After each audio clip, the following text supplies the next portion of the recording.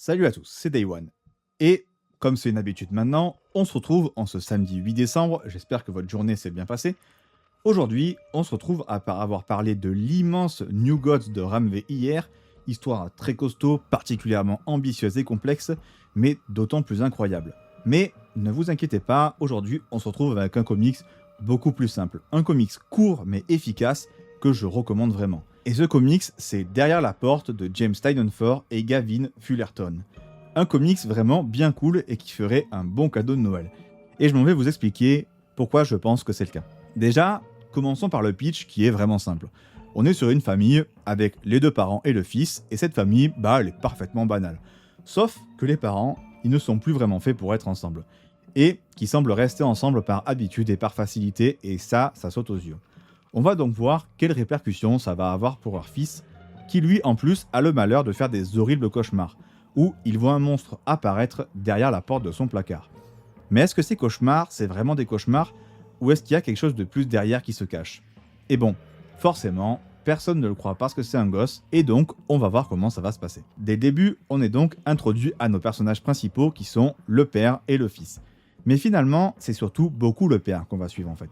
Et donc, on va apprendre à le connaître. Et très franchement, ça n'a pas l'air d'être un book fondamentalement horrible, mais franchement, il n'est pas très agréable à suivre. C'est pas vraiment un personnage pour lequel on va avoir une montagne d'empathie, mais en même temps, un petit peu.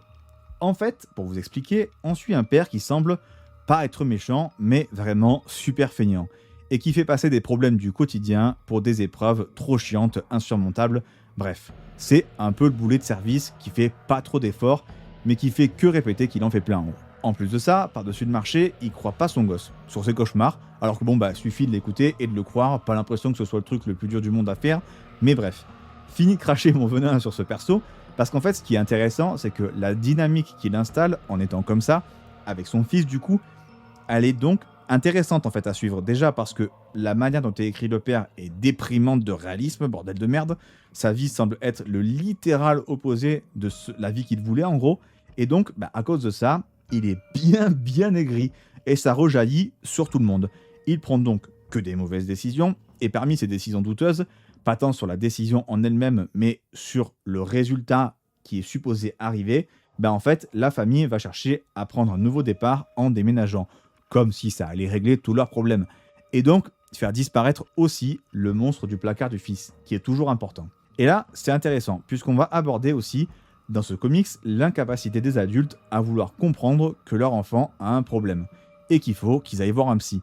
Et d'ailleurs, au passage, aller voir un psy, c'est pas honteux. Prenez soin de votre santé mentale et allez en voir un. C'est souvent quand on pense qu'il faut aller voir un psy que c'est déjà un peu tard en fait. Donc, dans tous les cas, allez-y. Et si certaines personnes se moquent de vous ou vous jugent pour ça, c'est eux le problème, pas vous. Voilà, ça c'est fait, revenons à notre histoire. On a donc ce petit garçon qui, au passage, est vraiment touchant évidemment, et son père qui vont partir en voiture pour leur déménagement. Et on va les suivre pendant ce voyage tout simplement. Et ce voyage va être l'occasion de nous apercevoir que le réalisme des dialogues est vraiment saisissant et aide particulièrement bien à l'immersion. Au passage, le rythme aussi est vraiment excellent et nous embarque parfaitement dans son histoire.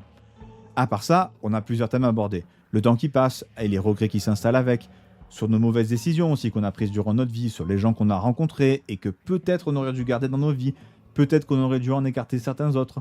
Tous ces thèmes en fait vont graviter autour du propos général qui parle de comment les démons et les défauts de nos parents peuvent gâcher en fait la vie de nos enfants, sans qu'ils le sachent vraiment d'ailleurs ou même qu'ils le comprennent. C'est abordé d'une manière plutôt simple, mais vraiment efficace. En fait, je dirais que globalement, c'est un comics qui est bon et qui mérite d'être lu.